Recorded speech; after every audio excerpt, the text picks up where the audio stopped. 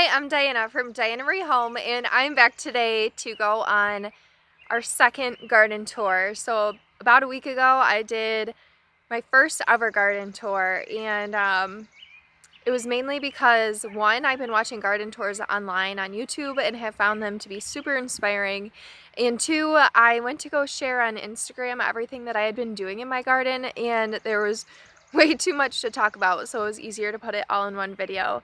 That kind of started what is going to be a new series, which is garden tours. Hopefully you can hear me over Mr. Roo. I am currently taking the long way around to the garden because Mr. Roo is in the way. He is our rooster. He's a great rooster. He's very protective of his ladies, but that also means that he's not very kind to us. He doesn't usually attack me, and by attack, he just jumps up. But if I get in his way, he does try to scare me. So we're gonna take the scenic route. My big mason glass full of water. It's really nice out. It's not early, it's about 9 o'clock in the morning, but it's not too hot yet. Since we're taking the scenic route, we'll say hi to some of our farm babies. Good morning, Nala. Good morning. You are covered in burrs again. I just brushed so this is Nala. She's our Great Pyrenees livestock guardian dog. And we also have Ari. And I just brushed them yesterday. You can still see a lot of their fur. And they're covered in burrs again. Huh. See, I'm a working dog. It's really hard to get pictures and videos of our livestock guardian dogs and our sheep because they just want to be pet when we're out here. It's so funny. Like, it's really hard to get away from them to take pictures. Good morning, babies.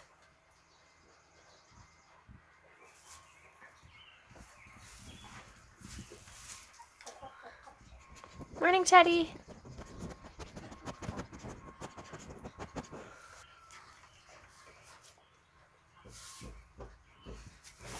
Okay, I'm starting inside the greenhouse because last week I shared a video of going thrifting. So it was the first time that my favorite thrift store was open in about 3 months, and I went and I shared all my thrifted finds. I'll put a link down below to that video if you're interested. And there was one thing that I found that I could not get in my car, and so I kind of shared that there was something I would hopefully be going back for, but I wasn't sure if I'd be able to get it or not. I had it on hold, so basically what happened was I put it on hold, but we had to go to the vet that day, so I knew we weren't going to be able to get it the day I went, which was a Thursday. I went back right when they opened Friday morning, planning on attaching the item to the top of my car using ratchet straps. I was determined.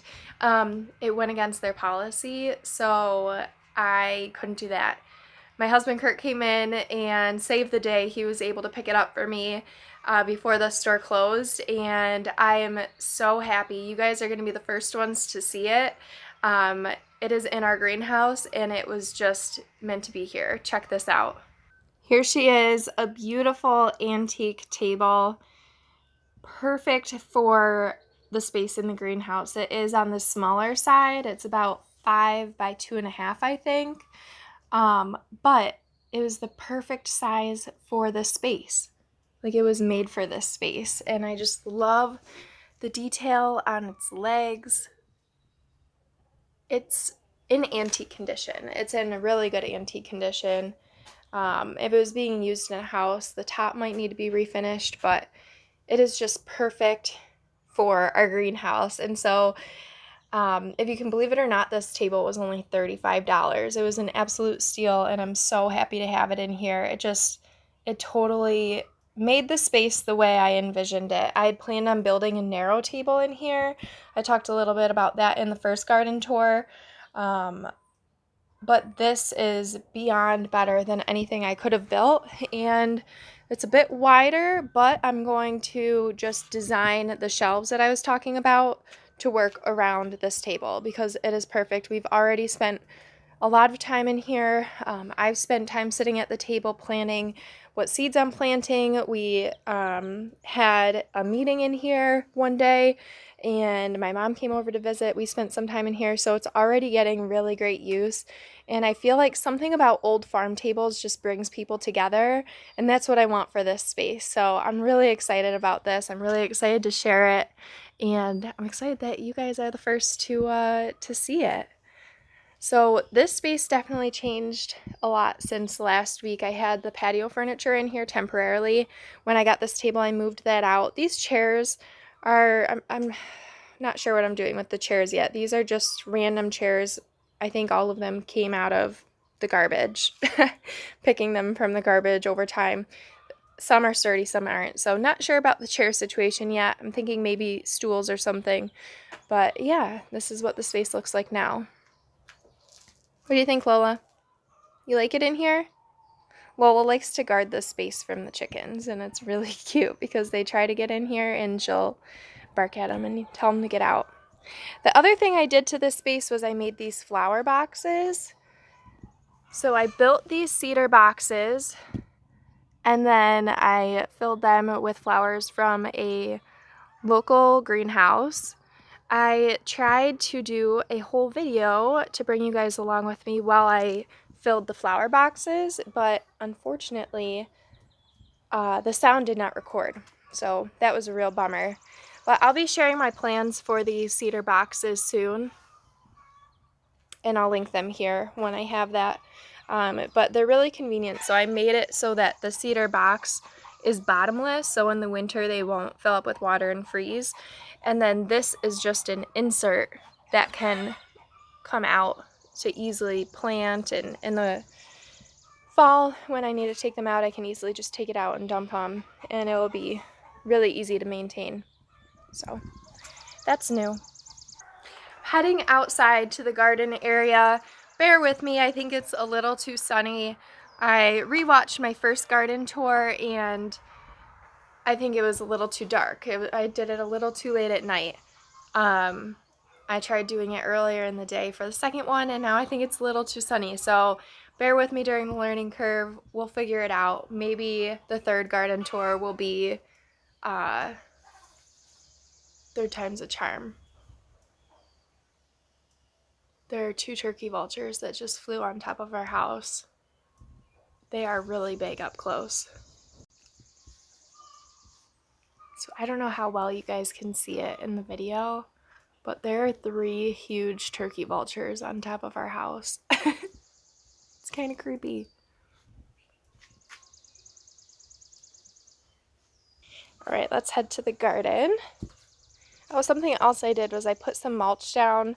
I realized that the mulch is going to be a bigger job that I don't really want to do this year. I'm thinking about using some fieldstone to make a border and then filling it with mulch, landscape fabric and mulch, but this is the current outdoor patio space, so all the furniture is moved out. I have my cushions down, and I actually had some friends over last weekend, and we enjoyed a fire out here, which was so fun, and it was just everything I envisioned for this space, so it was really cool. Also, you can see my mint is filling in very nicely.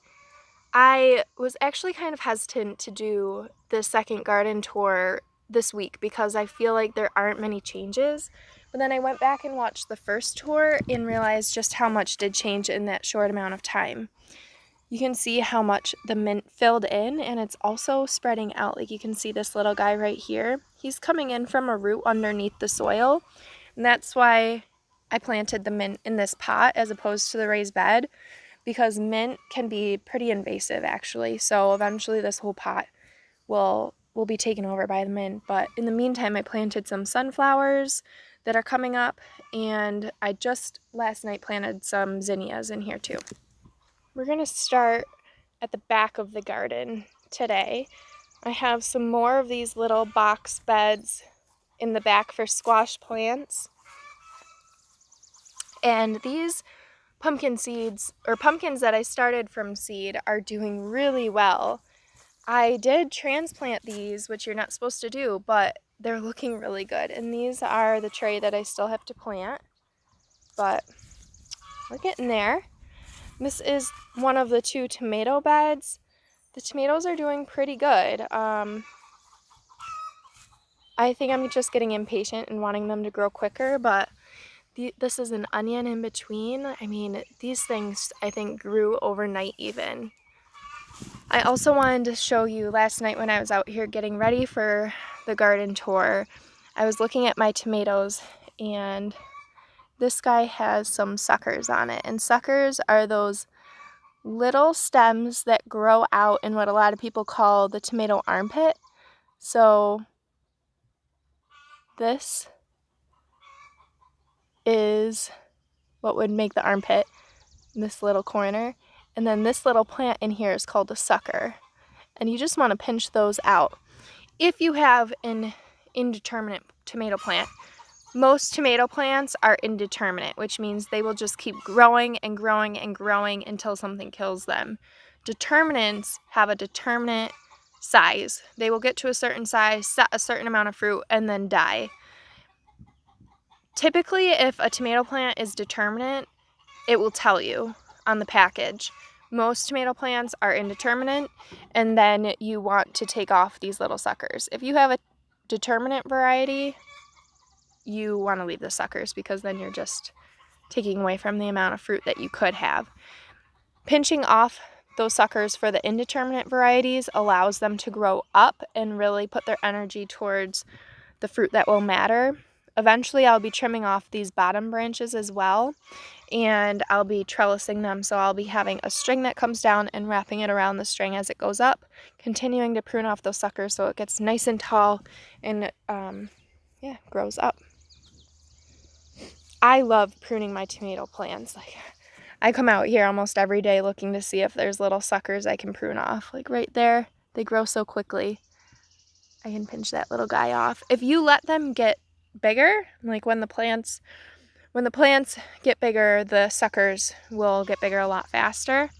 And if the sucker is big enough, you can actually cut it off at the base and put it in water and root it. And that will clone the plant. And that's a really good way to get more tomato plants later in the season. So this plant even has some flowers starting. I'm going to go ahead and pinch those off just because I don't want this plant putting energy into trying to make fruit yet. I want it to really put all of its energy into just growing bigger. If you do pinch off the fruit, just be careful that you're not pinching off the top of that plant that's going to keep growing up, or you'll stunt the plant. Also in this bed, I have beans growing on the edge, pole beans, because I'll be creating a trellis here with posts going across, and then some more beans growing on this side, which in the first garden tour, I don't think they are coming up yet. I also have sunflowers throughout all the beds, sunflowers and zinnias. Here's some more bean plants. So I'm excited for those. Here's the second tomato bed. So we have more tomato plants in here. Cucumber plants on the side, which I'll be trellising. More cucumbers there. And then just last night, I planted my carrots that I just got in yesterday in the mail from Baker Seeds. I'm really excited. So I have red, purple, and orange carrots planted in here. This is my potato bed from the potatoes that were in my pantry, and they're actually doing really good. This was kind of an experiment to see what would happen, and I don't know, I've never grown potatoes before, but so far so good it seems. I also have some okra plants in here that I planted just recently. Here's my corn bed, which has been doing so well. I haven't planted corn in years, and I wasn't sure how this was going to go. A lot of the seeds that I used were old seeds, which seeds can last a really long time, but you have to store them properly, which I have not done with my seeds. So I have some seeds from 2015 that I figured I would just use up. I don't remember how old these corn seeds were. I did have a packet that I planted over there. You can see they're smaller and they didn't grow, so I went in with more of these seeds that I knew worked. But some of my biggest ones might actually make that knee-high by 4th of July mark. We'll see. I haven't weeded too much in here because I had started weeding and was accidentally pulling up some corn plants that hadn't sprouted yet. And I also have so many little flowers that I planted that I don't really quite know what they look like. So I'm going to wait a little bit longer before I weed in these raised beds. Luckily, there aren't too many weeds in general. I also think this might be a baby okra. It's in the area where I grew my okra. So I'm not sure. I haven't grown okra before to know, but I think that might be a baby. The peppers that I grew from seed are surprisingly doing so well. I wasn't sure if they were going to make it out here. Majority of these peppers in this bed are ones that I grew from seed, and I actually think the ones that I grew from seed are doing better than the ones that I added from the local greenhouse.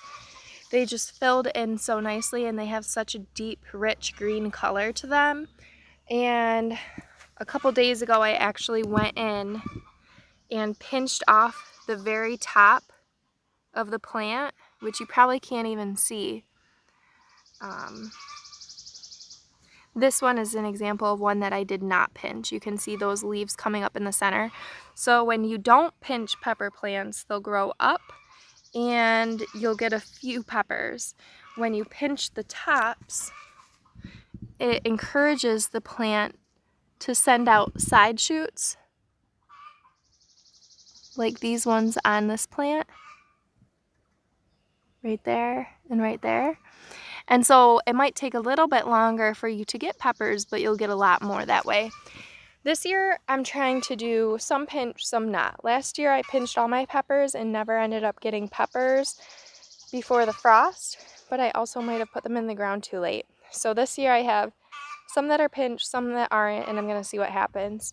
I also have baby radish in here, and those are doing so well. When I went back and watched last week's video, there were just a couple little tiny baby radishes, and now they are looking so much different. This is my first year growing radishes. I'm honestly not even sure if I like them or not. I'm hoping that I do. I think I might like them just because I know how well they grow. I did carrots over here. These were carrots from 2015. I've never grown carrots before, and I'm not sure if these little things right here are carrots or weeds, so I guess we'll find out. I know the Baker Creek seeds, carrot seeds that I just planted, will be good, so I'm gonna wait for those to grow and use those as a comparison. I have more peppers over here, some radishes over here that aren't growing as good as my other bed, so I'm wondering if I didn't put enough seeds in, or it could also be that the chickens got into this bed after I planted. That's likely what happened. I have some onions, zucchini is in the corner. Really excited for that. So far my corner planting of zucchini is working pretty well. And yeah, I have an okra. I think it's an okra that I transplanted. I'm not sure if that one's gonna make it or not. My bean garden is doing amazing. I cannot believe how quickly these beans grew in just a week. Most of these beans are from seed. I recently learned you're not supposed to transplant bean plants, which does make sense. All of the beans that I've planted directly into the ground have done better. Example A here. Another example, just last night I planted some more bean seeds. I got some dragon tongue bush beans from Baker Creek Seeds. And so I planted those in the empty spots here. So this is my bush bean bed, and then the beans that I showed you earlier were pole beans, so they'll climb. Here is the flower bed that actually wasn't even done last week. I planted some of my dahlias in here, sunflowers, zinnias, cosmos.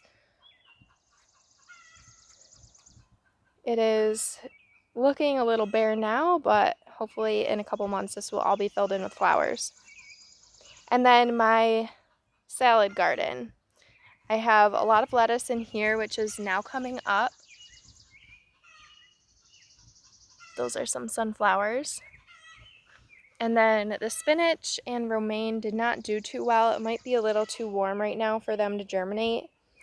And then I have some cress over here, which is really more for my flowers to use as filler. I love cress. I love the way it looks, and it lasts a long time in bouquets. So I have that in there too. So it's okay if the middle section doesn't come up. I'll just wait a few weeks to see what happens. And probably not even a few weeks. I'll wait another week or two. And if it doesn't come up, I'll just plant some more of this lettuce. It's called succession sowing. So you'll have crops that are ready at different times instead of all at once, and it makes it easier to manage your harvest. So I'm not worried about spots that don't grow. I'll just wait and plant something else in their spot. This is my herb garden. The herb garden could be doing better, but it also could be doing worse, right? So the cilantro did not grow yet, so I planted some more there last night. Have some baby basils. The sages, that sage is doing really well. This one's barely hanging in there. The chives did not like being transplanted. The parsley, however, is making a comeback. I'm excited about that. This basil is doing really good. Pretty soon I'll come back and snip this top off when I'm ready to use some basil. And just like the peppers, it will encourage the side sprouts to grow bigger. If you just let this top grow, it will get tall, lanky, and go to seed quicker. If you snip the top off, it will bush out. You'll have a bigger plant, and it will be longer before it wants to go to seed. The thyme's doing really well over there, and this patch of oregano is doing good. This one is barely hanging in there. And this one actually, believe it or not, made a comeback. I thought that one was a goner.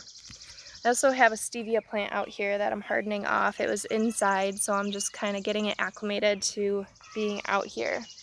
That's about it for my raised bed garden. Thanks for hanging in there with me with the lighting being not the best today. It's too sunny right now. But before we go, I did want to take a walk out to the garlic garden. I don't know if I showed you that last time, but Kurt grows, this year he has 2 acres of garlic, and the scapes are coming in. And I did a whole video that I'm going to be uploading soon on harvesting scapes, but I thought I would just show you that as part of our garden tour as well. Okay, we're now in the back garlic field. You can see over there is where my garden is. This is all German hardneck garlic. All the way back, 2 acres. It is a crazy amount of garlic. And I'm out here to get some of these scapes. I'm a little short. I pickled some for the first time last night. I don't know if you can see.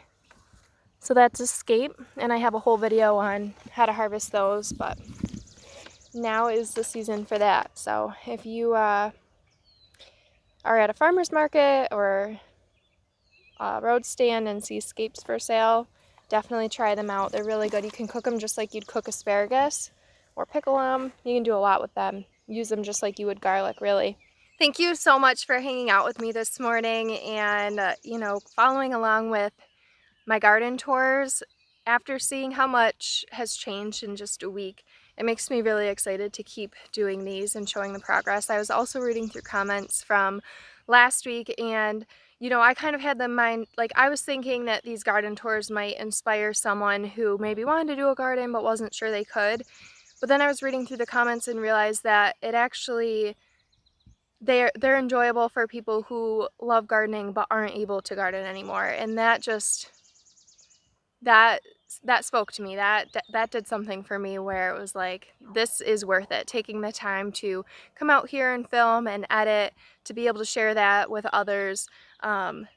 You guys are what makes doing this worth it for me. So thank you for being here. I really do appreciate it. Please subscribe to see more videos like this, and also more about our 1800s farmhouse and how we're restoring that. You can also follow along on Instagram at Diana Marie Home, where I share more daily updates. And then I also have a blog that's a great resource. It's www.dianamariehome.com, and I share a lot of tutorials and information on there as well. So thank you again, and I'll see you next time.